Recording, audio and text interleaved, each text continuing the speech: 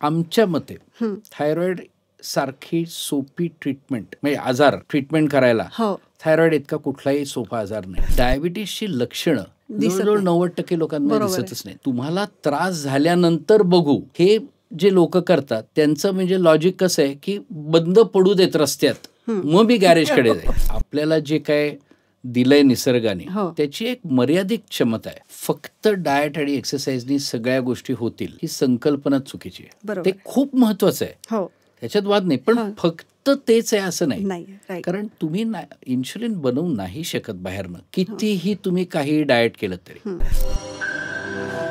नमस्कार, मी तुमच्या सगळ्यांचं पुन्हा एकदा स्वागत करते brain wise with doctor Pallavi प्रसादमध्ये.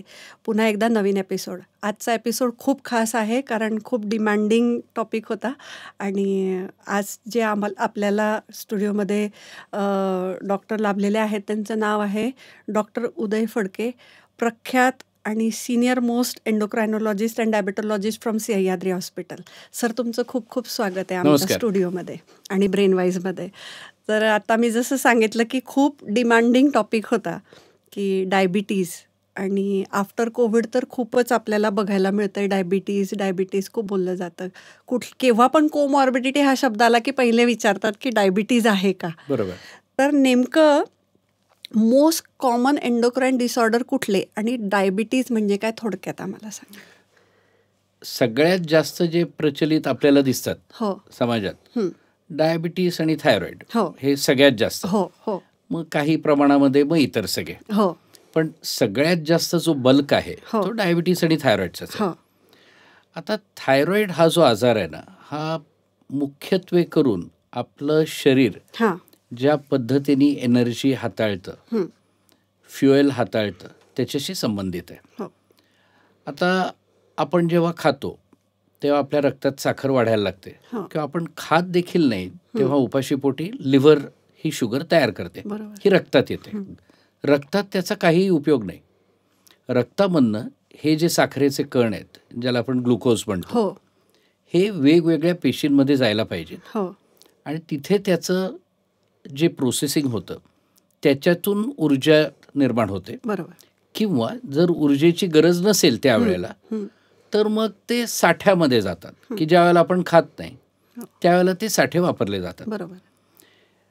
हे शुगरचं बेसिक फंक्शन आहे शरीरामध्ये. हे करणारं सगळ्यात महत्त्वाचं हॉर्मोन एक जर सांगायचं, अनेक आहेत पण त्यातलं सगळ्यात महत्त्वाचं म्हणजे इन्सुलिन, जे सगळ्यांना माहिती असतं. हे इन्सुलिन रक्तावरनं ही साखर घेतं आणि वेगवेगळ्या पेशींमध्ये एखादं कुलूप उघडावं तसं आत नेऊन सोडतं आणि तिथे त्याचं विघटन होतं. मग त्यातनं ऊर्जा तयार होते किंवा साठवली जाते, खर्च केली जाते आणि रक्तातली साखर परत नॉर्मलला येते, पातळी नॉर्मल होते. आता दोन प्रकारे किंवा मुख्यत्वे करून दोन कारणांमुळे डायबिटीस होतो. डायबिटीस होण्याची अनेक कारणं आहेत, त्याला अनेक फॅक्टर्स महत्त्वाचे आहेत. पण अगदी ढोबळपणे जर बघितलं तर इन्शुलिन बनत तरी नाही पुरेशा प्रमाणामध्ये, किंवा बनतं थोडंसं, पुरेसं नाही बनत पण बनतं काहीतरी, पण त्याची जी काम करण्याची जी शक्ती आहे, कार्यक्षमता आहे, ती कमी पडते. म्हणून आपण म्हणतो की इन्सुलिन डेफिशियन्सी तरी आहे किंवा इन्सुलिन रेझिस्टन्स तरी आहे, म्हणजे त्याच्या कार्यामध्ये काहीतरी अडथळा आहे. त्यामुळे त्याचं जे काम व्हायला पाहिजे ते होत नाही. मग शुगर रक्तामधनं पेशींमध्ये जात नाही, तिथेच राहते. म्हणून आपण जेव्हा चेक करतो तेव्हा रक्तातली साखर वाढलेली असते. आता पेशींमध्ये न गेल्यामुळे पेशींची उपासमार होते. ते खाणार काय, म्हणजे ग्लुकोज हेच मेन फ्युएल आहे. मग वेगवेगळे इतर गोष्टी फ्युएल म्हणून शरीर वापरायला लागतं, नाही तर शरीर मरून जाईल, पेशी मरून जातील. मग फॅट जळतं, प्रोटीन जळतं, म्हणजे आपल्या हाडांमधनं मसल्समधनं जे प्रोटीन येतं ते जळायला लागतं. आणि ही जी साखर रक्तामध्येच साचून राहते, त्यामुळे वेगवेगळ्या ज्या रक्तवाहिन्या आहेत आणि वेगवेगळे जे अवयव आहेत सगळेच, मेंदू असो, डोळे असो, किडनी असो, हार्ट असो, लिव्हर असो, इथे ती साखर जाऊन अडकते. त्या रक्तवाहिन्या अरुंद होतात आणि मग कालांतराने त्या अवयवांचं काम गडबड व्हायला लागते. म्हणजे मग ते काहीतरी हार्ट अटॅक येणं किंवा स्ट्रोक येणं किंवा किडनी फेल होणं किंवा नसांना जळजळ होते, कारण नसा डिस्फंक्शन करायला लागतात, न्यूरोलॉजिकल प्रॉब्लेम्स येतात. सो मुख्यत्वे करून हे 2 महत्वाचे घटक आहेत. त्याला इतरही काही हॉर्मोन्स जबाबदार आहेत आणि ते खूप गुंतागुंतीचं आहे, पण सामान्य माणसाला इन्सुलिन नक्की माहिती असतं, म्हणून हे महत्वाचं. आता सर्वथा जो प्रचलित डायबिटीज भारतात आहे त्याला टाईप 2 म्हणतात. त्याच्यात जास्त करून इन्सुलिन रेझिस्टन्स असतो, पण इन्सुलिनचं प्रोडक्शन किंवा जे तयार करण्याची जी क्षमता आहे शरीराची तीही कमी होते. आणि टाईप 1 जे लोक सारखे विचारत राहतात ना, मला टाईप 1 आहे, टाईप 2 आहे. बराचसा जो प्रौढांमध्ये डायबिटीज दिसतो हा तो टाईप 2 असतो. सामान्यतः तो असा 40 नंतर सुरू होतो, पण हल्ली तो 30ही सुरू होतो, लहान मुलांमध्येही सुरू होतो, जन्मतः नसतो टाईप 2 डायबिटीज. पण हल्ली तरुण मुलांमध्ये, म्हणजे ज्याला टीन्स म्हणतो आपण, त्यावेळेला खरं डायबिटीस नाही व्हायला पाहिजे, पण ज्या पद्धतीने मुलांचं वजन वाढतंय त्यामुळे त्या तरुण वयात देखील किंवा कमी वयात देखील टाईप 2 डायबिटीस होतो. टाईप 1 कम्प्लिटली वेगळं आहे. त्याच्यामध्ये इन्शुलिन तयार करण्याची क्षमता शरीराची जवळजवळ 0 होते, काहीही इन्शुलिन बनत नाही आणि मग सगळे गडबडी व्हायला लागतात. सो हा रिलेटिव्हली तरुण वयात दिसतो, पण मध्यवयात देखील दिसू शकतो. त्यामुळे हे 2 महत्वाचे प्रकार. कधी प्रेग्नन्सीमध्ये डायबिटीज दिसतो तो थोडासा वेगळा, किंवा इतर काही हॉर्मोन विकारांमुळे होणारा वेगळा, स्टिरॉइड्स. आता तुम्ही कोविडचं उदाहरण दिलं, कोविडमध्ये अनेक औषधं वापरली गेली, बऱ्याच हेवी डोसेसमध्ये वापरली गेली, त्यातनं काही डायबिटीज तयार झाला, काही व्हायरस इन्फेक्शनमुळे डायबिटीज होतो, असे वेगवेगळे प्रकार आहेत. पण सामान्यतः हे टाईप 1 टाईप 2 असं त्याचं एक ब्रॉड क्लासिफिकेशन आहे. बरोबर. तर कसं जनरली लोक म्हणतात की मला डायबिटीज आहे आणि त्यांना ते घाबरतात की आता मला डायबिटीज झालाय. मग काही लोक टाळतातच शुगर चेक करणं, काही लोक मी फक्त साखर खात नाही पण मला गरज नाही गोळ्यांची असं म्हणतात. तर त्यांना डायग्नोसिसपासून तर मेडिसिन येईपर्यंत आपण कसं काउन्सिल करायला पाहिजे? आम्ही जेव्हा काउन्सिल करतो तेव्हा आम्ही सांगतो की तुम्हाला डायबिटीसचा जो महत्त्वाचा एक थोडासा गडबडीचा मुद्दा असा आहे जो आम्हाला नेहमी सतत त्रास देतो की डायबिटीसची लक्षणं जवळजवळ 90% लोकांना दिसतच नाहीत. शुगर 300 असेल जी साधारण 100-150 पाहिजे, ती लोक शांतपणे इकडे तिकडे फिरत असतात आणि ते डिनायल मोडमध्येच असतात की मला नाहीये, की मला काही होत नाही, तुम्ही मला उगाचच एक काहीतरी लेबल देताय, मी रात्री लाडू खाल्ला, असं काहीतरी सुरू होतं. आता ज्याला डायबिटीस नाही त्यांनी 2 लाडू जरी खाल्ले तरी त्याची शुगर वाढणार नाही, कारण शरीराची क्षमता अशी आहे की तेवढं ते इन्शुलिन वाढवेल, तेवढं ते बाहेर नेईल रक्तात साखर. सो लाडू खाऊन असा एक दिवस डायबिटीस होत नाही. आम्ही लोकांना असं सांगतो की हा कोणतेही लक्षणं किंवा सिम्पटम्स न देणारा आजार आहे. बरोबर. आणि गडबड कधी होते, आणि आजही काही होणार नाही, तुम्हाला आज लक्षात आला, आज काही व्हायचं नाही, पण अशीच जर शुगर राहिली, मी मगाशी म्हणलो तुम्हाला की ती रक्तात सगळी साचून राहते, त्या रक्तवाहिन्यांवरती परिणाम होतो, अवयवांवरती परिणाम होतो, 5-10 वर्षांनी मग ही कॉम्प्लिकेशन दिसायला लागतात. आणि तुम्ही विचार कराय, आपल्याला जे काय दिलंय निसर्गाने त्याची एक मर्यादित क्षमता आहे. बरोबर आहे. आता किडनीचं फंक्शन तुमचं जर 100 वरनं 50 आलं ते परत 100ला नेता येत नाही. मग नुसतं फायर फायटिंग ज्याला आपण म्हणतो की आता 50 वरनं ते 45ला जाऊ नये म्हणून हाणामारी, 50चं 100 नाही नेता येत. सो हा जेव्हा प्रॉब्लेम सुरू होतो मग ते अवयवाशी निगडीत काही जे आजार सुरू होतात किंवा हार्टचे आजार सुरू होतात, मग तुम्हाला काही नाही करता येत. सो माझा बायपास झालाय किंवा माझी अँजिओप्लास्टी झाली, आता मी डायबिटीस नीट माझा मॅनेज करीन, होईल फायदा, नाही होणार असं नाही, पण वेळ निघून गेली ना. हे तुम्ही 5-10 वर्षापूर्वी जर केलं असतं तर कदाचित तुमचं तो हार्ट अटॅक किंवा काय जे किडनी फेल झाली हे टळलं असतं. सो सगळी जी ट्रीटमेंट आहे ही प्रतिबंधात्मक आहे किंवा प्रिव्हेंटिव्ह आहे आणि क्युरेटिव्ह नाही. तुम्हाला त्रास झाल्यानंतर बघू, म्हणजे आपण ज्याला मेंटेनन्स कसं गाड्यांचं आपण असतं, आयदर आपण एक प्रिव्हेंटिव्ह मेंटेनन्स करतो, अधूनमधून गाडी गॅरेजला घेऊन जातो, काही होऊ नये म्हणून.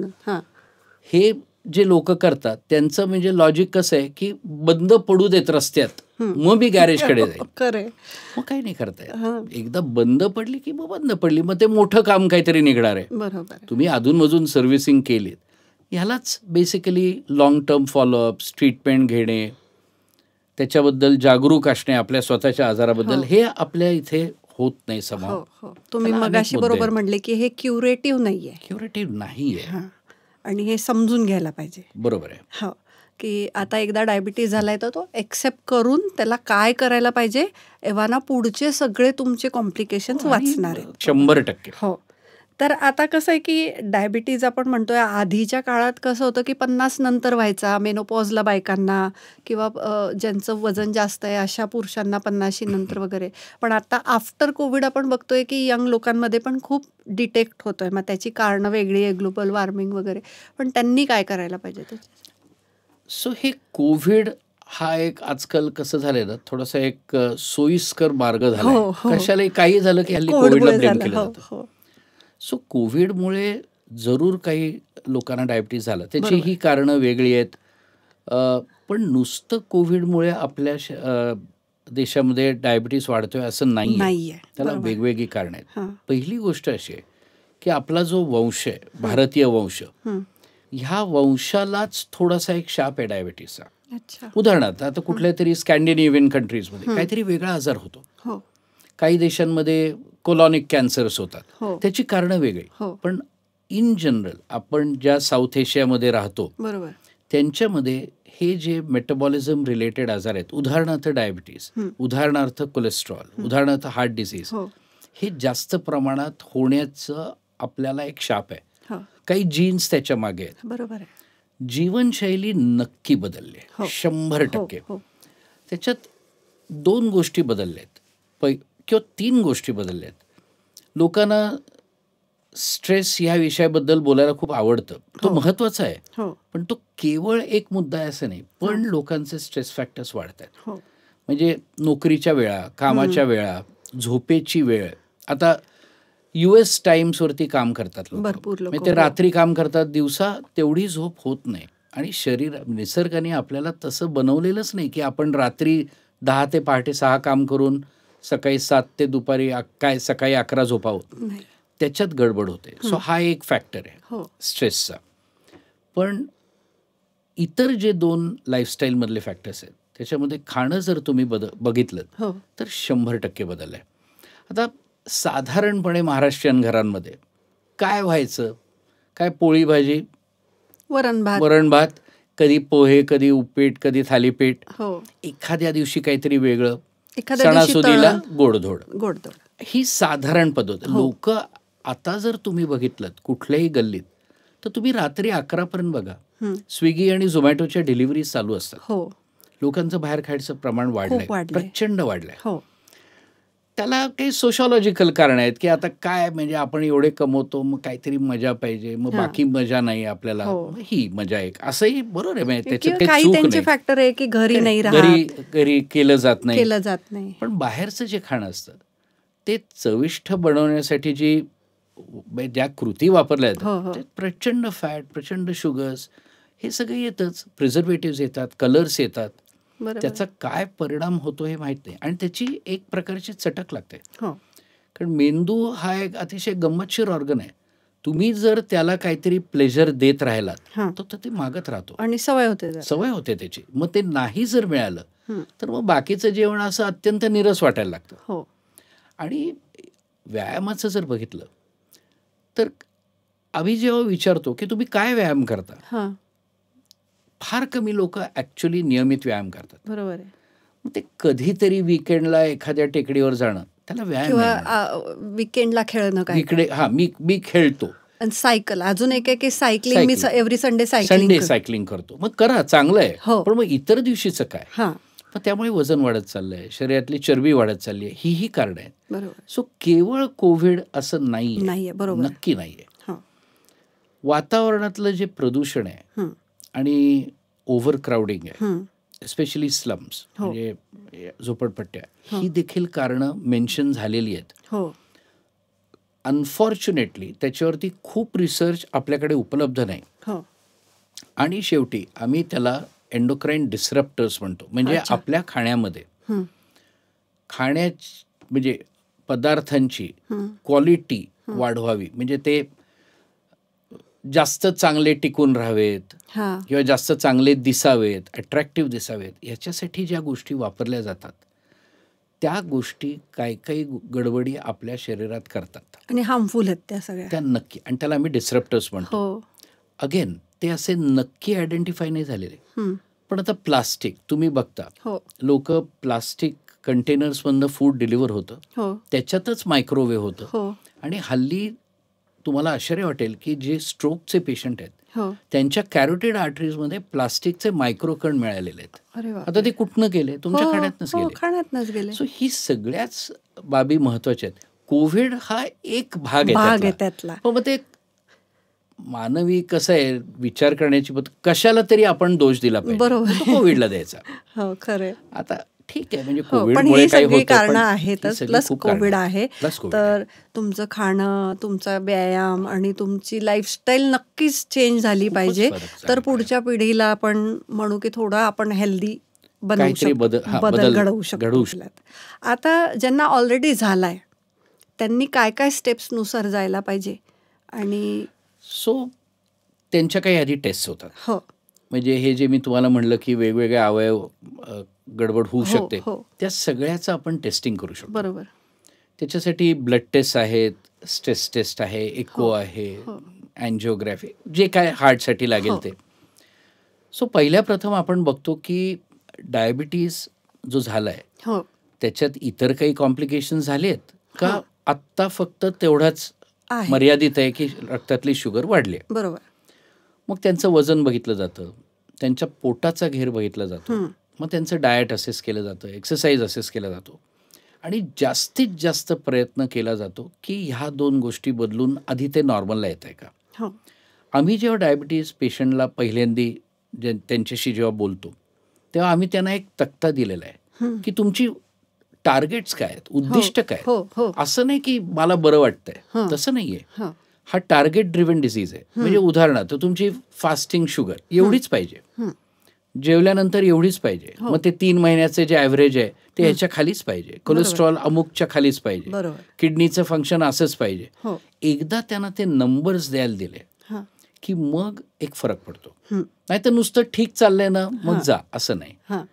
मग तुमचा नंबर आत्ताचा काय आहे त्यानुसार आयदर तुम्ही फक्त डाएट एक्सरसाइजवर मॅनेज करू शकता किंवा काही लोकांना मेडिसिन्स लागतात. बरोबर.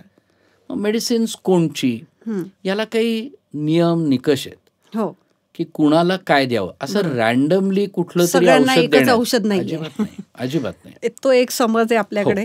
अजिबात असं नाहीये. प्रत्येकाची गरज आणि काय त्याला जास्तीत जास्त फायदा होईल हे ठरवलं जातं. बरोबर. आणि मग फॉलोअप केला जातो. साईड इफेक्ट असतात जर तुम्ही नाही विचारून घेतली तर. औषध हा एक महत्वाचा मुद्दा तुम्ही काढलाय. लोकांमध्ये एक असा समज आहे, त्याला ॲलोपॅथी मी म्हणणार नाही पण त्याला मॉडर्न मेडिसिन म्हणतात, की ही का घ्यायची नाहीत तर त्यांनी किडनी खराब होते. असं कोणतंही औषध आपल्याकडे उपलब्ध नाही जगात की ज्याने असं किडनीच खराब होईल किंवा लिव्हरच खराब होईल. अजिबात असं नाहीये. लोक काय करतात, 10 वर्ष दुर्लक्ष करतात, मग डॉक्टरकडे जातात, मग औषध सुरू करतात, तेव्हा किडनी ऑलरेडी खराब झालेली असते, ट्रिगर होते म्हणजे ते मग ते औषधावरती ब्लेम करतात. बरोबर. सो असं कोणतंही औषध, म्हणजे ही औषधं कायमस्वरूपी जरी वापरली आणि तज्ज्ञ मार्गदर्शनाखाली वापरली तर ह्याला जेन्युइनली असं किडनी खराब झाली आहे, हार्ट खराब झालंय, लिव्हर खराब झालंय असे साईड इफेक्ट 100% नाहीत. पण तुम्ही जर मनाने घेतले, तुम्ही जर डॉक्टरांनी सांगितले की 3च महिने घ्या पण यांनी 6 महिने घेतले, त्याच्यात त्यांनी हा जो प्रकार आहे ना याच्यामध्ये फॉलोअप महत्वाचा आहे की तुम्ही एकदा दाखवून कायम तुम्ही तेच औषध घेत राहिलात तर ते कदाचित साईड इफेक्ट पेक्षाही त्याचा इफेक्ट होणार नाही. बरोबर. आम्ही पेशंटचे नेहमी बोलतो, पेशंट विचारतो याचा साईड इफेक्ट सांगा. मी म्हणलं तुम्ही इफेक्ट नाही विचारत आहात आधी, औषधाला काही इफेक्टही असतो की नाही. मग त्यांना ते असं थोडंसं लक्षात येतं, हा नाही बरोबर आहे. म्हटलं आधी इफेक्ट काय तो विचार. डायबिटीसच्या पेशंटसाठी तर साखरही साईड इफेक्टच करते. हा, सो इफेक्टही असतो, काही साईड इफेक्टही असतात, कुणालाही होऊ शकतात. राईट. एक साधी क्रोसिन सारखी पॅरासिटामॉल ज्याच्यात असतं, ती गोळी खाल्ली तरी काही लोकांना त्रास होतो. हो. सो ते बघत राहायला लागतं ना, तिथेच ते स्किल पाहिजे. आता आपला मुद्दा असा आहे की प्रत्येकाला वेगळं औषध लागू पडतं, हो. वेगळं वेगळं कॉम्बिनेशन हो. लागतं आणि ते तज्ज्ञांना विचारूनच करायला पाहिजे. बरोबर आहे. आणि त्यांनी सांगितलंय तो फॉलोअप घ्यायला पाहिजे. आणि ते Correct. फॉलोअप घेण्याचं कारण हे की तुम्हाला कधी कमी लागू शकतं प्रमाण, कधी जास्त लागू शकतं, बरोबर म्हणजे आहे. तुमचे इफेक्टचं वाढेल अगदी. असं आपल्याला म्हणायचं आहे. सर, थोडक्यात आता थोडंसं यंग डायबिटीजबद्दल सांगा, की जे यंग जनरेशनला होतोय त्याच्याबद्दल थोडं सांगा. तुम्ही मगाशी आपण बोललो ना की हो. सामान्यतः हा जो डायबिटीस होतो हो. पाश्चिमात्य देशामध्ये त्याचं ॲव्हरेज एज हे साधारण 54 असं होतं काही वर्षांपूर्वी. बरोबर. भारतामध्ये ऑलरेडी ते 1 दशक आधी येतं, म्हणजे 45. हो. सो आपल्याकडे हे फॅक्ट्स दिसत आहेत. म्हणजे हो. जो टाईप 2 डायबिटीस 55ला होतो तो आपल्याकडे 45ला होतो. हो. आता जास्त आम्हाला दिसतंय की 30ल्या लोकांनाही डायबिटीस होतोय. हो. आता 30मध्ये जो डायबिटीस होतो त्यातले बहुतांशी जी लोक आहेत हे टाईप 2 डायबिटीसच आहेत. त्यांचं वजन जास्त आहे, त्यांचं लाईफस्टाईल गडबड आहे, ओबीज आहेत, पोटाचा घेर जास्त आहे, एक्सरसाइज अजिबात नाही. ती एक कॅटेगरी. एक कॅटेगरी जी मी तुम्हाला म्हणलं की खूप लहान वयात डायबिटीस होतो, हो. टाईप 1. हो. तोच टाईप 1, पण तो इतका सिव्हिअर नाही आहे आत्ता. त्यामुळे तो अगदी असा तुम्ही जे कीटो ॲसिडोसिस शब्द हो, हो, वापरला हो, हो. तसा नाही प्रेझेंट होत आहे. बरोबर आहे. पण गडबड होते. मग हो. ती लोक वजनाने कमी, पण कीटो ॲसिडोसिस नाही, शुगर्स भरपूर, हो. गोळ्यांचा फायदा नाही, हो. खूप अजिबात पोटाचा घेर नाही किंवा अजिबात फॅट नाही शरीरात, तरीही होतोय. हो. सो ते असे टाईप 1 सारखे बिहेव करणारे पेशंट्स आहेत. हो. त्याला कधी कधी लाडा आपण म्हणतात. हो. पण आणि मग काही इतर जे आहेत हो. ते पॅनक्रियासचे काही विकार झाल्यामुळे पण होतात. बरोबर. म्हणजे पॅनक्रियाजमध्ये इन्फ्लेमेशन असेल, स्टोन्स असतील हो. तर देखील होणार आहेत. हो. आणि काही जेनेटिक फॅक्टर्स आहेत जे हां. तरुण वयात डायबिटीस करतात. सो ह्या गोष्टी त्यांच्यात बघितल्या जातात आणि त्यानुसार ट्रीटमेंट ठरवायचं. आमच्या डायग्नोसिसमध्ये आम्ही यंग एज डायबिटीस असंच लिहितो. हो. त्याला टाईप 2, टाईप 1 असं काही ही segregate नावं करायचं. देण्यापेक्षा हो.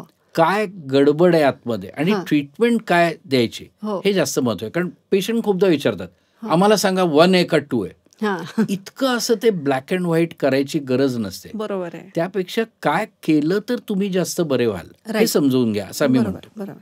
तर त्यांनी तर मस्ट आहे की त्यांनी त्यांच्या डाएटकडे, त्यांच्या डाएट आणि एक्सरसाइज तर कडे हे सगळ्यांनी त्यांनी लक्षच करायचंच द्यायलाच आहे. आहे. म्हणजे हो, त्याच्यात हो, काही हो.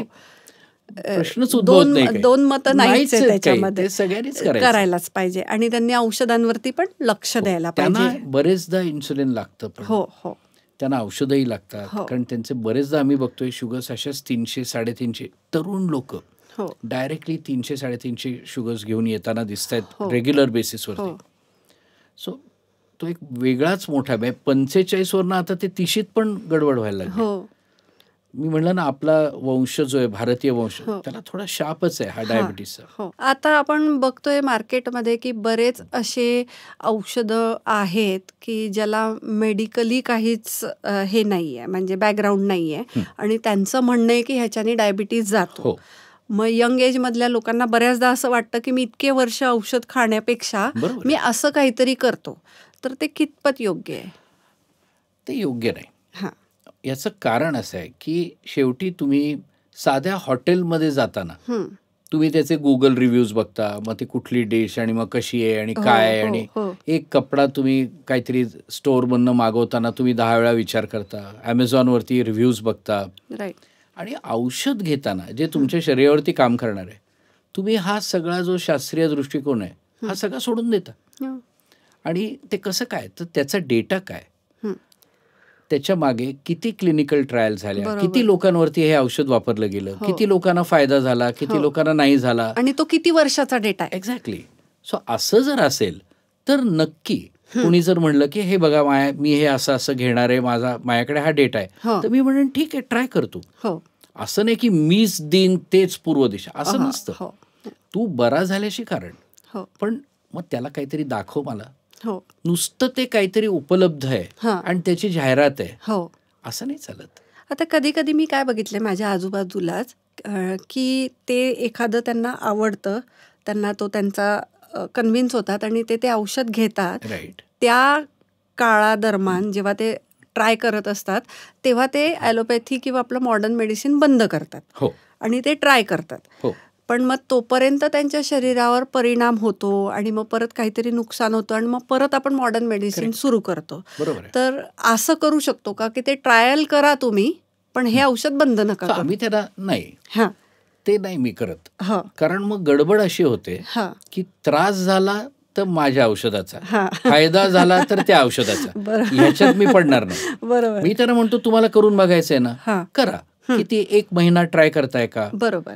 झाला हां. परत सांगा मला. हं. दोन्ही बिनी नका घेऊ. ओके. जर त्याचा फायदा होत असेल तर 2, आत्ता मी 1च देतोय तुम्हाला, आता तुम्ही 2 घेताय औषधं, हं. ते पण घेताय आणि माझंही घेताय. लॉजिक काय आहे? बरोबर आहे. मग हे बदल करा. राईट. त्याचा जर फायदा होणार असेल तर दाखवा येऊन मला. राईट. एक काहीतरी पॅथी फॉलो करा. हो. असं डबल भानगडी नका करू. मग ते जबाबदारी कशाची, कोण घ्यायची? नाही, आणि कळणार पण नाही. कळणारच नाही ना. हां. मी जर काही औषध लिहिलं तर माझी जबाबदारी आहे ना. पेशंटला काही झालं, साईड इफेक्ट झाला, मी जबाबदार आहे त्याला. बरोबर आहे. आणि काय डायबिटीज करायचं ते असा बघितलं. आजार आहे की तो स्लोली तुमचे बाकीचे ऑर्गन आणि असं बाकीची खेळ करणं बरोबर हेल्थला खराब करत असतो. त्याच्यामुळे त्याचे सिम्पटम दिसत नाहीत आणि लॉंग टर्ममध्ये कळत नाही की कशामुळे झालं. तर ही खूपच साध्या शब्दात आणि खूप छान माहिती तुम्ही डायबिटीजबद्दल सांगितली. तर आता आपण वळूया थायरॉईडकडे, की अजून एक मोठा आजार जो एंडोक्रायनॉलॉजीमध्ये असतो. तर हा थायरॉईड जो आहे तो एक तर कळतच नाही कसा झाला आणि त्याच्यामुळे काय काय होतंय शरीरात हेही कळत नाही. तर नेमकं तो कसा डिटेक्ट होतो आणि का होतो, इथून सुरुवात करा. सो थायरॉइड हा सगळ्यात बहुचर्चित विषय आहे. बरोबर आहे. आणि त्याच्याबद्दल तर डायबिटीजपेक्षाही जास्त मिथ्स आहेत. हो. आणि अतिशय हाईप्ड आजार आहे. हं. आमच्या मते हं. थायरॉइड सारखी सोपी ट्रीटमेंट, हं. म्हणजे आजार हां. ट्रीटमेंट करायला हो. थायरॉइड इतका कुठलाही सोपा आजार नाही. बरोबर. लोकांनी त्याचं स्वरूप असं करून ठेवलंय हं. की एकदा थायरॉइडचा काहीतरी आजार झाला, एकतर लोकांना थायरॉइड झाला म्हणजे काय झालं हे काहीच कळत नाही. थायरॉइड आहे मला म्हणजे काय माहित नाही. हो. आणि एकदा झाला हं. की जणू काही त्याला एक शाप आहे, आता मी कधी त्याच्यातनं बाहेर पडू शकणार नाही असं लोक वागतात. बरोबर आहे. मग माझं वजन वाढलं थायरॉइडमुळे, माझं वजन कमी झालं थायरॉइडमुळे, मला अमुक झालं थायरॉइड, तमुक झालं थायरॉइड. हो. आणि थायरॉइडच्या लेवल्स कशा आहेत? नॉर्मल आहेत. हो. पण तरीही सगळं थायरॉइडमुळेच होतं. हो. असं असूच शकत नाही. बरोबर आहे. थायरॉइडचा आजार म्हणजे आपल्या गळ्यामध्ये एक थायरॉइड नावाची ग्रंथी असते, त्यातनं काही स्त्राव बाहेर पडत असतात ज्याला आपण हॉर्मोन्स म्हणतो. हो. याचं संपूर्ण शरीरावरती प्रत्येक गोष्टीमध्ये काहीतरी कार्य असतं. हो. सो महत्वाची ग्लँड आहे. हो. ती सामान्यतः प्रचलित 2 आजार. हां. एक, थायरॉइडचे हॉर्मोन्स कमी प्रमाणात तयार होतात हो. किंवा जास्त प्रमाणात तयार होतात. जे कमी होतात त्याची सुरुवातीची जी लक्षणं आहेत ती म्हणजे असं बधीर वाटणं, हां. अंगावर सूज येणं, हं. असं उमज नसल्यासारखं वाटणं, हो. गोंधळल्यासारखं वाटणं, बरोबर. पाळीमध्ये बदल होतात, हो. प्रेग्नन्सी राहायला त्रास होतो, हो. त्वचा जी आहे ती निबर बनते. हो. ब्लडमध्ये जर बघितलं तर कोलेस्ट्रॉल वाढतं, ब्लड प्रेशर वाढतं, अशा वेगवेगळ्या गोष्टी होतात. हो. लोकांना चर्चेचा विषय वजन. वजन. आता वजन वाढतं थोडंसं, याच्यात काही वादच नाही. हो. लोकांना ज्या पद्धतीने वाटतं हं. तसं काही होत नाही. तुमचं वजन 70 असेल, तुम्हाला थायरॉइडचा आजार झाला, ते वाढेल 75 पर्यंत. तुम्ही ते सगळं नॉर्मल केलं तर थायरॉइडमुळे जे काही वजन वाढलंय तेवढंच फक्त कमी होईल. तुम्ही 70चं 60ला नाही जाणार, नाही जाऊ शकणार. बरोबर. मग ते गडबड आहे. सो त्याच्यात एक गोंधळ असतो. आणि ऑलरेडी तुम्ही ओव्हरवेट आहे. एक्झॅक्टली. सो हा एक लो थायरॉइड असण्याचा प्रकार. बरोबर. आणि तो ट्रीट केला जर, त्याला इतकी सिंपल गोळी आहे, जे तयार होत नाही ते बाहेरनं गोळीच्या स्वरूपात द्यायचं. त्याला एखादी गोळी लागते. तुमचं थायरॉइडचे हार्मोन कमी आहेत म्हणून दिलेली गोळी आहे आणि त्या गोळीमुळे तुमचे ते हार्मोन नॉर्मल लेवलला येतात. आणि ते एक्झॅक्ट डोस, म्हणजे काहींना 50 लागेल, काहींना 62 लागेल, काहींना 88 लागेल, काहींना 100 लागेल, एक्झॅक्टली बघता येतं टेस्टमधून. बरोबर. आणि एकदा साधारण डोस सेट झाला की लिटरली आम्ही वर्षातनं एकदा पेशंट बोलवतो. कुठला असा आजार आहे की ज्याला वर्षांनी या असं आपण सांगतो. बरोबर. त्यामुळे खूप सोपा आजार, पण मिथ्स खूप. दुसरं जे आहे त्याच्यामध्ये थायरॉइडचं प्रमाण जर वाढलं तर मग धडधड, थरथर होणं, वजन झपाट्याने कमी होणं, वारंवार जुलाब होणं, प्रेग्नन्सी लॉस, इरिटेबिलिटी, सतत असं काहीतरी गडबड होते आतमध्ये, सुचत नाही, पेशंट बसलेले असताना सतत असे अँक्शस असतात, मोठं असं इथे ग्लँड दिसते, डोळे मोठे दिसतात, ट्रेमर्स असतात. सो हा दुसरा आजार.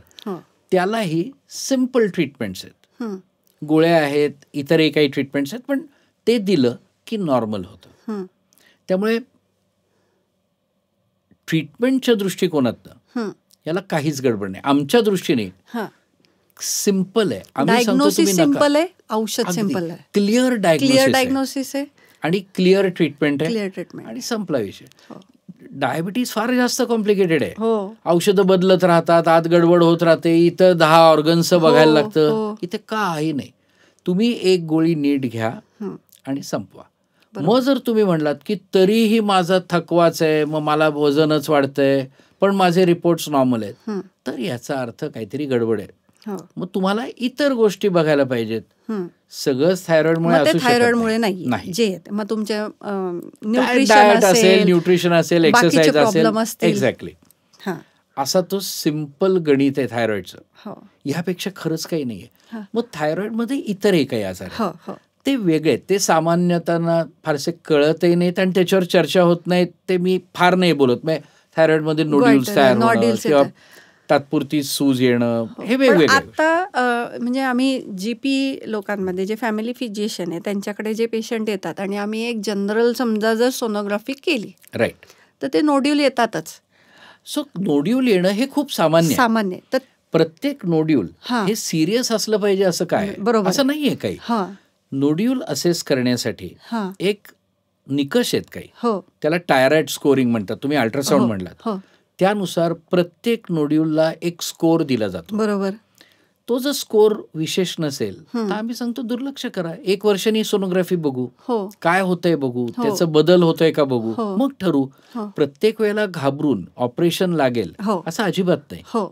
सो बरेच पेशंट आम्हाला ह्याचसाठी येतात. कोणीतरी सांगितलंय मला ऑपरेशन लागेल का, तर मला गाठ आहे, मग ती कॅन्सर होईल. आता कुणालाही काहीही होईल हा नियम वेगळा, बरोबर. पण जे काय आपल्याकडे डेटा आहे त्यानुसार जर आपण शास्त्रीय निकष लावले तर काही नाहीये बाबा, तुला काही नको करू. त्या नोड्यूलच्या पेशंटला 99% लोक घाबरतात, कारण आजकाल कॅन्सरचं प्रमाण वाढलंय. तर त्याला कसं सांगता हे महत्वाचं आहे. बरोबर आहे. त्याला जर असं वाटलं की डॉक्टरही घाबरतोय, मग ते तर जास्तच घाबरणार ना. राईट. नोड्यूलला पण एक औषध आहे, ते घेतलं की तो बरा होतो. आम्ही पेशंटला बरोबर बसवतो. मी त्यांना दाखवतो, हे बघा, हा याला टायरॉइड स्कोर म्हणतात. आता तुम्ही जे अल्ट्रासाऊंड आणलंय ते मी प्रत्येक तिथे एंटर करतोय. राईट. सांगा भाऊ काय आहे तुमचं हे, ते सांगतात. हे बघा, एंटर केलं, मग एक स्कोर येतो. म्हटलं आता वाचा खाली काय लिहिलंय, की स्कोर कमी आहे, इग्नोर असं लिहित नाही, आपल्या भाषेमध्ये वेगळं त्याला फॉलोअप म्हणतो आपण. काय मग त्यांना कन्व्हिन्स होतं की अरे हा जनरल नाही सांगत आहेत, मी जो रिपोर्ट आणलाय तो त्यांनी ठेवला आणि मला ते दाखवत आहेत. बरोबर. सो हे जे शेअरिंग आहे नॉलेज आणि इन्फॉर्मेशन, हे करायला पाहिजे. नुसतं तू जा रे काही नाही तुला असं नाही चालत. बरोबर. कारण पेशंट घाबरलेला असतो ना. तुम्ही म्हणाल मी जा, पण मला ती भीती वाटते, त्याचं काय. बरोबर आहे. सो हे बघ बाबा, मग ये 6 महिन्यांनी परत बघू आपण.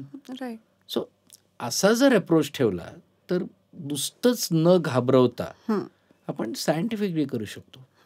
मग काही ज्या वेळेला आपल्याला सस्पिशियस वाटतं की नाही बुवा हे बघायला पाहिजे, मग तिथे ते बायोप्सी होते, FNAC होते, मग त्याच्यावरती परत चर्चा होते काय त्याच्यात दिसतंय. आपण सस्पिशियस म्हणतोय त्याला नोड्यूल नसतं लिहिलेलं. सो नोड्यूल मधनच ते FNAC केली जाते, थोडासा टिश्यू काढून. मग त्या FNACचेही वेगवेगळे प्रकार आहेत. त्याला 5-6 वेगळे ग्रेड्स आहेत. मग त्यात काय दिसतं ह्यानुसार चर्चा केली जाते. सो हे सगळं नीट केलं जर तर मग घाबरवी होत नाही, नुसतंच घाबरवत राहायचं असं ते होतं. बरोबर.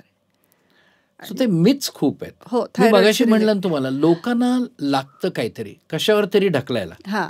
मी थकते आणि माझं वजन वाढते, थायरॉइड. तर आता ह्याच्यात थायरॉइडमध्येच की आपण बघतो की साधारण ज्यांना PCOD आहे किंवा ज्यांचा प्रेग्नेन्सी झाली आहे नुकतीच किंवा लेट प्रेग्नेन्सी झाली आहे किंवा मेनोपॉज येणार आहे, अशा बऱ्याच कारणांमुळे जो थायरॉइड येतो. सो ते कारण नसतं. तुम्ही जे स्टेजेस मेन्शन केले टिपिकली वयात येताना, बरोबर, प्रेग्नन्सीला आणि मेनोपॉजला, बरोबर, हे टिपिकल पीक्स आहेत थायरॉइड येण्याचे. सगळ्या ज्या ऑटो इम्युन डिसऑर्डर्स म्हणतो ना, त्या ह्या वेळेला सगळ्यात जास्त येतात. ओके, सो ते प्रत्येक वेळेला अगेन त्याला किती महत्व द्यायचं हे अत्यंत गरजेचं आहे माहिती असणं. कारण जरा बारीक सारीक काहीतरी वाढलंय म्हणून काही दरवेळेला औषधच दिलं पाहिजे असं काही नाही ना. काही होणार नाहीये तुम्हाला. तुम्ही ऑब्झर्व केलं एक 6 महिने तर काही होणार नाही. सो गरज असेल नक्की औषध, फायदा होईल. बरोबर. आता थायरॉइडमध्ये प्रकार आहेत खूप सारे.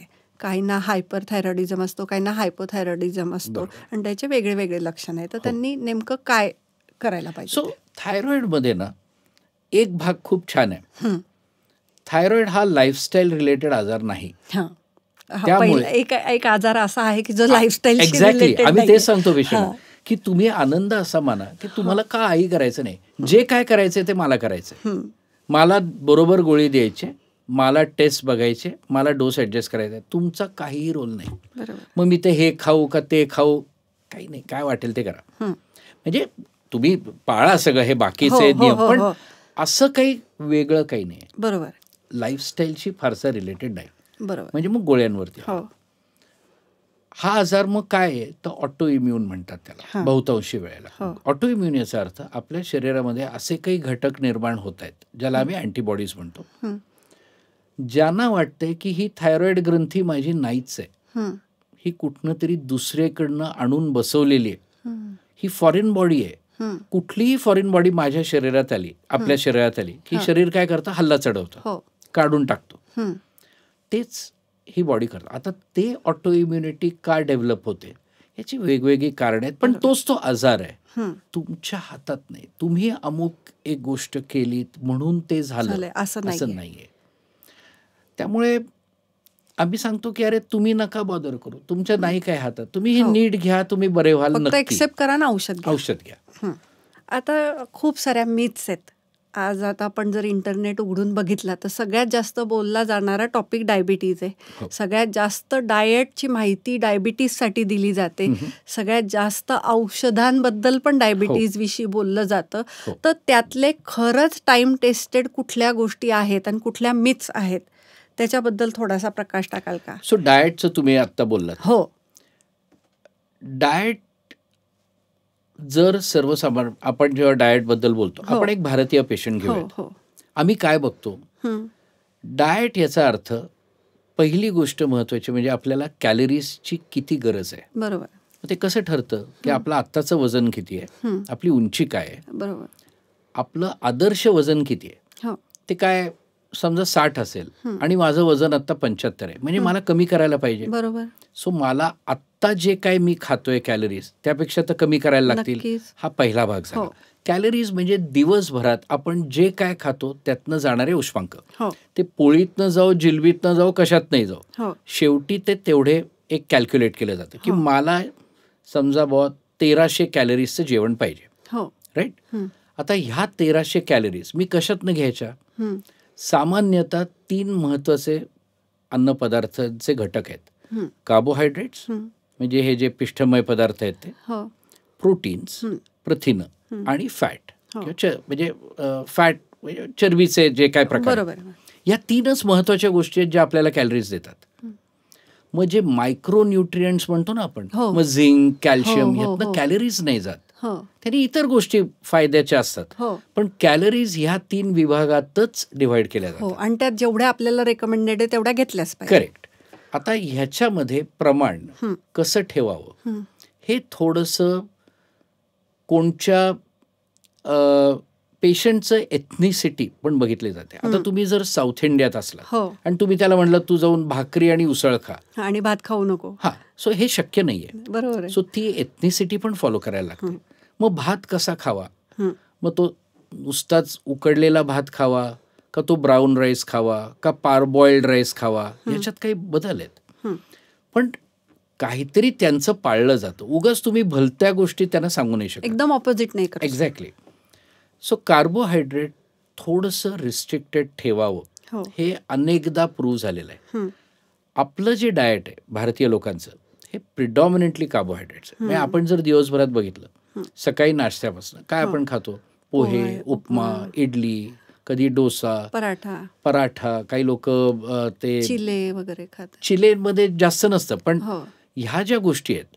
आणि मग दुपारी जेवणात आणि रात्री जेवणात काय पोळी भात, ह्या सगळे हे कार्बोहायड्रेटचे पदार्थ आहेत.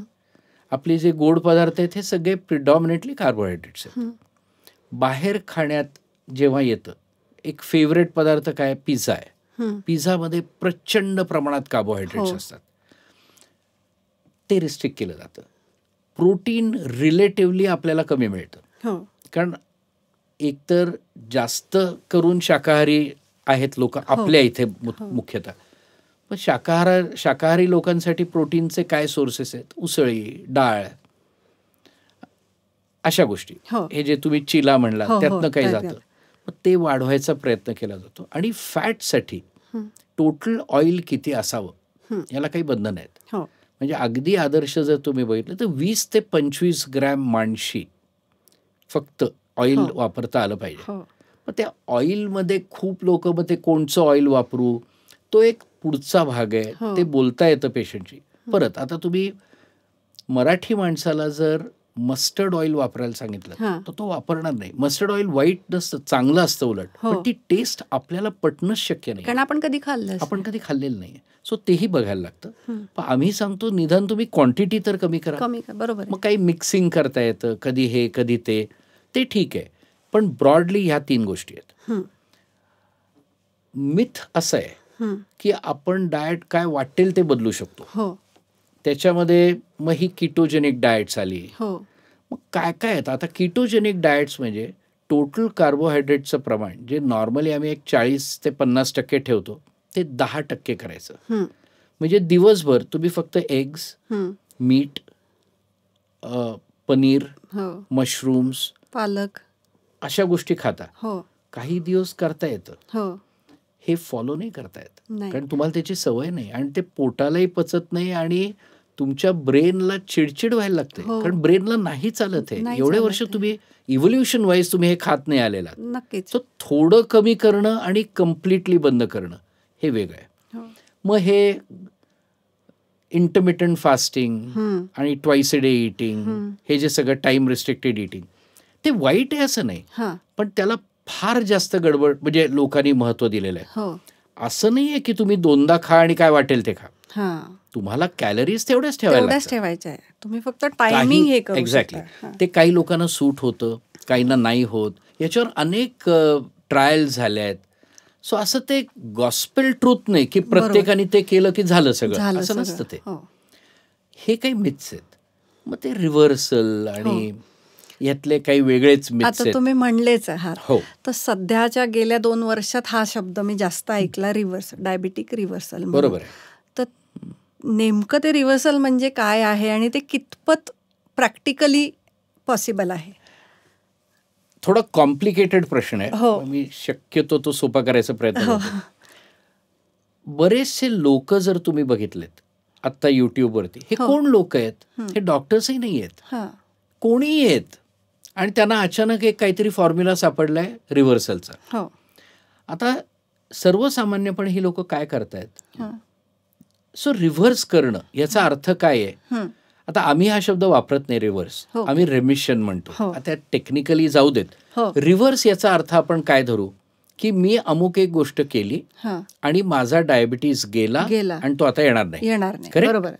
याला मी रिव्हर्सल म्हणतो.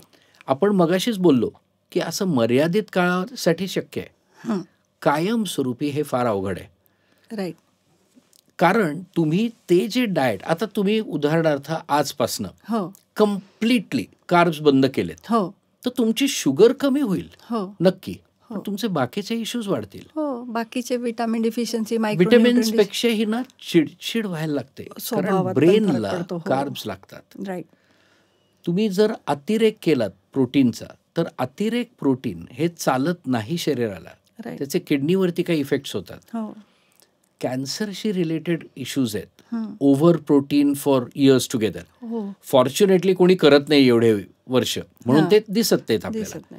पण ते जोपर्यंत तुम्ही ती गोष्ट करताय, मग ते काय करतात, काहीतरी एक मशीन लावतात, मग ते तुमची शुगर बघतात की तुम्ही अर्धी पोळी खाल्ली, तुमची शुगर वाढली. हो वाढली, मग ती खाऊ नका, मग त्याच्याऐवजी हे खा.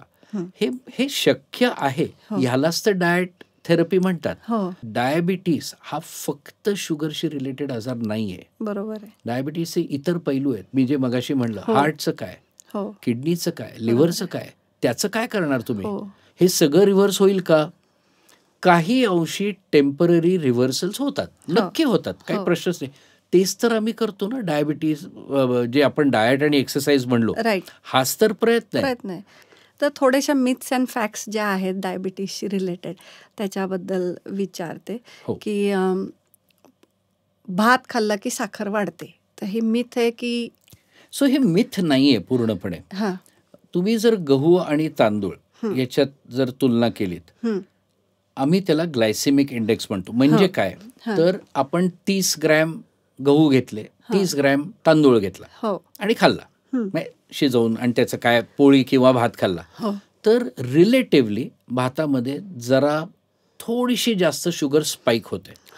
ओके, कारण ते जास्त पटकीने ॲब्झॉर्ब होतं. आता मी मगाशी जे म्हणलं, मग भाताच्या पद्धती आहेत, गव्हाच्या पद्धती आहेत. आता तो खपली गहू आहे, त्याच्यात फायबर खूप आहे. किंवा भातामध्ये ब्राऊन राईस, म्हणजे त्याचं जो वरचा जे सगळं असतं त्याच्या सकट खाल्लात तर तेवढं हे होत नाही. तर नुसतं भात का पोळी असं आम्ही करत नाही. हा जो सगळी गुंतागुंत आहे, ह्याच्यात तुम्ही जर कोशिंबीर खाल्लीत बरोबर, आणि भाजी खाल्लीत, आणि आमटी खाल्लीत, आणि मग थोडा भात खाल्लात, तर तेवढा अफेक्ट होत नाही. तुम्ही नुसतं एक प्लेट भात खाल्लात वर्सेस नुसती पोळी खाल्लीत तर हे स्पाइक्स दिसतात. बरोबर. So in a mixed meal हे रिलेटिव्हली कमी होतं. आणि आपला चांगला भाग असा आहे की महाराष्ट्रीयन जेवण ही नेहमीच मिक्स्ड असतात. आपण नुसती पोळी कधीच खात नाही, आपण ती कशाला तरी लावून खातो. बरोबर आहे. त्यामुळे परत मध्यम मार्ग स्वीकारा असं आम्ही म्हणतो, खाऊच नका असं अजिबात नाही. बरोबर. तर आता हे जनरल डायबिटीज बद्दल आपण बोललो, पण काही लोकांना सिव्हिअर असतो आणि क्लिनिकल असतो. ते सगळं पथ्य वगैरे पण पाळत असतात, ते सगळे गोष्टी डॉक्टरने सांगितल्या त्या पण ऐकत असतात, पण त्यांचा डायबिटीसचा प्रकारच असा असतो की तो त्यांच्या बॉडीला हार्म करत असतो. मग त्याच्यात त्यांना कीटो ॲसिडोसिस होणे, किंवा त्यांचा एखादा ऑर्गन डॅमेज होणे, किंवा त्यांच्या नसांमधली ताकद कमी होणे, तर त्यांच्यासाठी आपण काय सांगू शकतो? सो म्हणूनच फक्त डाएट आणि एक्सरसाइजनी सगळ्या गोष्टी होतील ही संकल्पना चुकीची आहे. ते खूप महत्वाचं आहे, त्याच्यात वाद नाही, पण फक्त तेच आहे असं नाही. कारण तुम्ही इन्शुलिन बनवू नाही शकत बाहेरनं, कितीही तुम्ही काही डाएट केलं तरी. आता जे टाईप 1 डायबिटिक आहे हे त्याचं टिपिकल उदाहरण आहे. त्यांच्यात इन्शुलिन बनत नाही. तो माणूस उपाशी जरी राहिला 4 दिवस तरी त्याची शुगर खाली येणार नाही, उलट वाढतच जाईल. बरोबर. सो औषधं लागतात. आता हे जे तुम्ही म्हणलात की जी कॉम्प्लिकेशन्स आहेत, मग त्याला औषधं आहेत. आणि मी म्हटलं तशी डायबिटीससाठी वेगवेगळ्या औषधाचे गट आहेत की ह्या व्यक्तीला ह्या सिच्युएशनमध्ये, म्हणजे त्याला ब्लड प्रेशर पण आहे आणि किडनीचा आजार आहे, तर त्याला काय औषध जास्त बरोबर आहे. एखादा तरुण आहे, त्याला काही नाही बाकीचं, फक्त ब्लड शुगर वाढलेली आहे, तर त्याला काय द्यावं. बरोबर आहे. एखादा वृद्ध व्यक्ती आहे, त्याच्या शुगर्स किती कंट्रोलमध्ये आपण ठेवाव्यात, ह्यालाही काही गणित आहे. वाटेल जे 30च्या व्यक्तीला तेच 75 आणि 80ला, हे बरोबरच नाही. सो त्याच्यात औषधांचे गट नीट वापरणे ह्याच्यातच केलंय. आता आपण फक्त थायरॉइडबद्दल बोललो, पण थायरॉइड सोबत समजा डायबिटीज पण असेल, अजून एखादा आजार असेल, तर त्याचा थायरॉइडच्या गोळीचा त्याचा तसा काही संबंध नसतो. नाही संबंध. म्हणजे कधी कधी डायबिटीस आणि थायरॉइड जर तरुण वयात एकत्र आलं तर हे दोन्ही आजार ऑटोइम्युन असू शकतात. म्हणजे ज्याला टाईप 1 डायबिटीस म्हणतात तो ऑटोइम्युन असतो आणि थायरॉइड ऑटोइम्युन असतो. सो दोन्ही जर एकत्र आले तर नक्की बघितलं जातं की हे ऑटोइम्युन टाईप 1 डायबिटीस आहे का. त्यानुसार डायबिटीसची ट्रीटमेंट बदलते, थायरॉइडची ट्रीटमेंट अशी नाही काय फारशी बदलत. पण दोन्ही एकत्र आले तर डायबिटीसची चेंज होऊ शकते. नक्की. तर आता थायरॉइडचा जो दुसरा प्रकार आहे गॉयटर आपण ज्याला म्हणतो त्याच्याबद्दल थोडक्यात. सो गॉयटर याचा अर्थ थायरॉइडची ग्रंथी मोठी असणे आणि दिसणे. बरोबर. गॉयटरमध्ये 2 प्रकार आहेत. एक संपूर्ण ग्रंथी एक संध मोठी दिसते, त्याला डिफ्यूज गॉयटर म्हणतात. बरोबर. किंवा तुम्ही जे मगाशी म्हणलात नोड्युल्स, म्हणजे छोटे छोटे पॅचेस आहेत जिथे ती थायरॉइडची ग्रंथी गडबड आहे. Ultrasound is the best way to differentiate. बरोबर. आणि अल्ट्रासाऊंडवरनं कळतं. आता थायरॉइड लेवल्स नॉर्मल असतील आणि फक्त थोडंसं छोटं गॉयटर असेल तर त्याला काही करावं लागत नाही, फक्त फॉलोअप लागतो. नोड्युलचा फॉलोअप मी तुम्हाला म्हटलं, त्याचं एक स्कोरिंग करायचं, सस्पिशियस असेल तर त्याची बायोप्सी करायची, नाही तर ऑब्झर्व करायचं. बरोबर. फक्त गॉयटर आहे म्हणून ट्रीटमेंट लागली असं जनरली होत नाही. आयडीन डेफिशियन्सी ज्या एरियाज आहेत म्हणजे आता कमी आहेत, कारण आपला युनिव्हर्सल आयडिनेशन प्रोग्राम आहे, सॉल्ट आपलं आयडाइज्ड वापरतो आपण, त्यामुळे ते प्रमाण खूप कमी झालं आहे. पण काही आदिवासी एरियाज असे आहेत की ज्यांच्याकडे हे सगळं वापरलं जात नाही, तिथे अजूनही आयडीन डेफिशियन्सी गॉयटर्स आहेत. पण ते प्रमाण खूप कमी होत चाललंय. बरोबर. आणि आपल्याकडे पण जे ते खूप रेअर आहे. आपल्या इथे ते शहरात फारसं दिसत नाही. पण जे दिसतं ते रेअर ह्याच्यामध्ये. नुसतं गॉयटर याचा अर्थ कुठलीही थायरॉइड ग्रंथी जी मोठी दिसते, बस.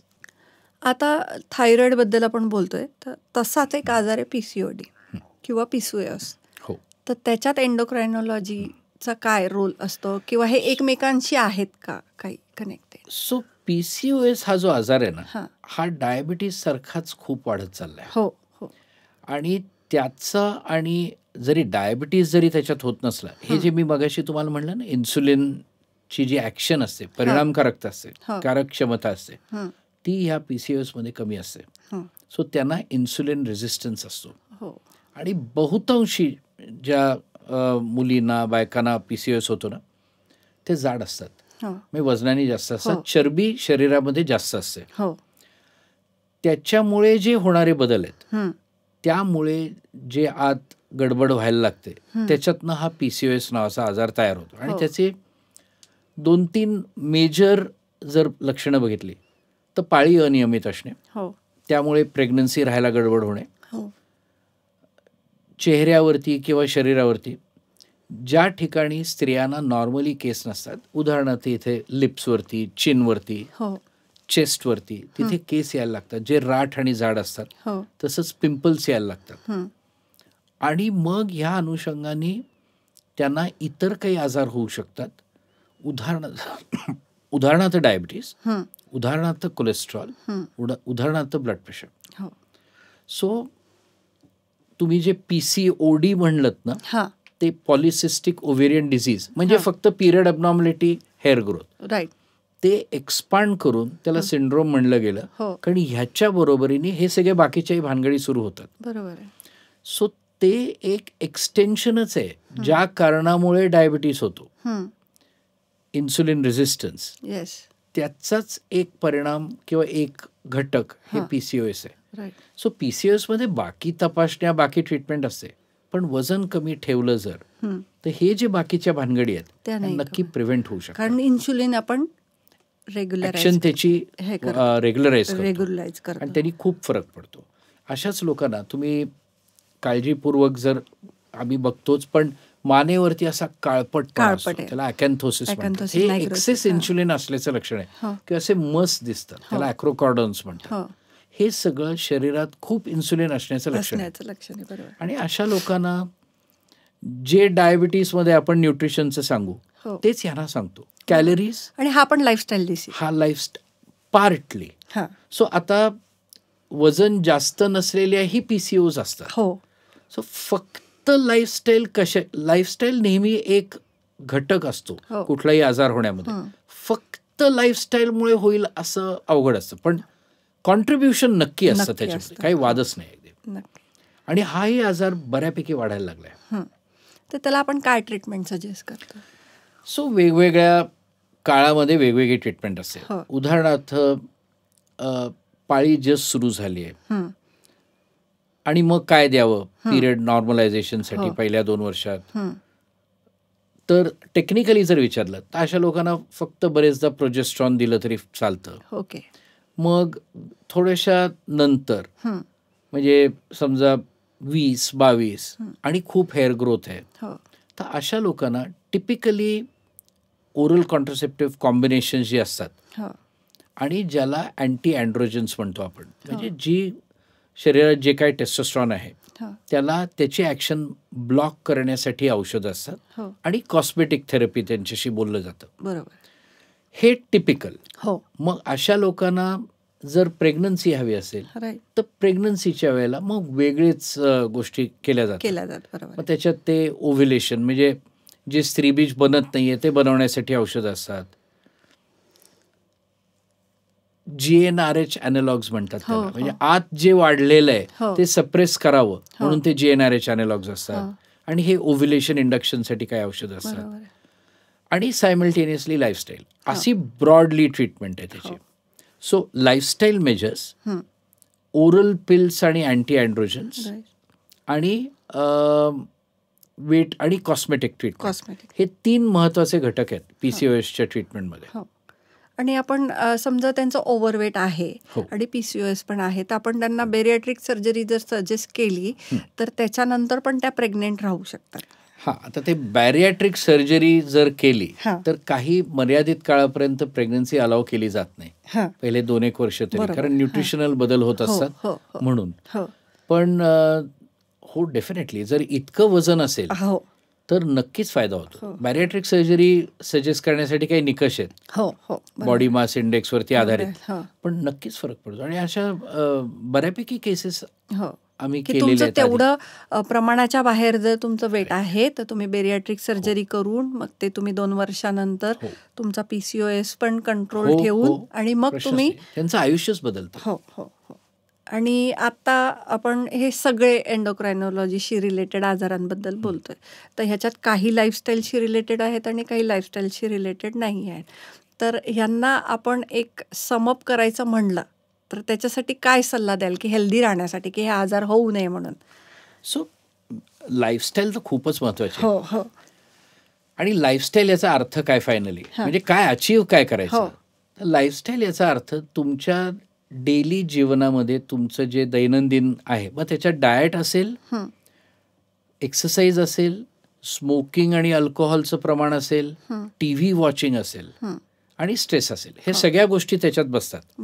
हे तुम्ही ऑप्टिमाइज करून तुमचं वजन तुमच्या आदर्श जो काय फिगर आहे त्याच्या जवळपास आणणे, याला लाईफस्टाईल म्हणतात. आणि ऑफकोर्स स्मोकिंग, टोबॅको हे कमी जितकं असेल तेवढं तुम्हाला चांगलंच आहे. ह्यांनी तुम्हाला निदान जे लाईफस्टाईलमुळे वर्सन होणारे जे आजार आहेत त्याच्यात डायबिटीस आला, ब्लड प्रेशर आलं, कोलेस्ट्रॉल आलं, हार्ट डिझीज आला, काही कॅन्सर्स आले, हे PCOS आलं, हे सगळ्याला फरक पडायला लागतो निश्चित, काही वादच नाही. लिव्हरमध्ये फॅट हे आता खूप भारतात नॅश म्हणतात ज्याला, ते खूप वाढत चाललंय, तेही याचाच भाग आहे. स्लीप ॲपनिया म्हणतात, रात्री खूप घोरणं आणि ते ऑक्सिजनचा प्रभाव, हे देखील वेटशी रिलेटेड आहे. हे सगळे आजार तुमच्या लाईफस्टाईलनी बदलतात. सो ते तर करायलाच पाहिजे. बरोबर आहे. तर आता आपण जे बोललो थायरॉइड आणि PCOS आणि PCOD, तर थायरॉइड हा लाईफस्टाईल रिलेटेड डिसीज नाही आहे आणि PCOS पार्टली आहे. आणि ह्यांना ट्रीटमेंट प्रॉपर ज्याच्या वयात मिळणे हे गरजेचं आहे असं आपण बोललो. आणि ह्या दोन्ही आजार जे आहे त्यांची लवकर ट्रीटमेंट सुरू करणे म्हणजे त्याच्या तुम्हाला. तर खूपच छान साध्या शब्दात तुम्ही आम्हाला हे सगळे आजार समजून सांगितले आणि नक्कीच बऱ्याच मिथ्स आमच्या आज क्लिअर झाल्या आहेत. आणि अजून काही प्रश्न असेल तर आम्ही नक्की परत विचारू तुम्हाला, ह्या व्हिडिओच्या खाली पण विचारू शकता. आणि इतकी छान माहिती दिली आणि सोप्या शब्दात दिली त्याबद्दल तुमचे खूप खूप धन्यवाद. तुम्ही मला इथे बोलवलं स्टुडिओत आणि मला ही संधी दिलीत. धन्यवाद सर. Thank you sir.